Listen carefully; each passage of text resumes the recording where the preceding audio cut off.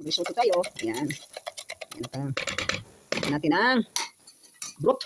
Ayan. Broth.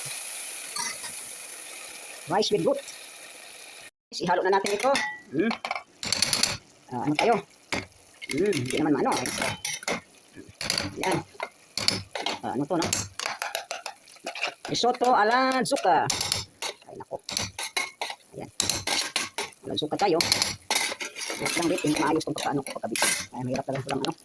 Nasira yung ano ko ng CP holder. Nasira siya. Ayan, ito, no? Ano to? Risotto. Ayan, para sa kanila. After that, lagyan mo lang ng butter, no? Para masarap. Ayan. Tama din pagkabit ko ito. Lagyan natin kunting sabaw. Para hindi siya. Ano?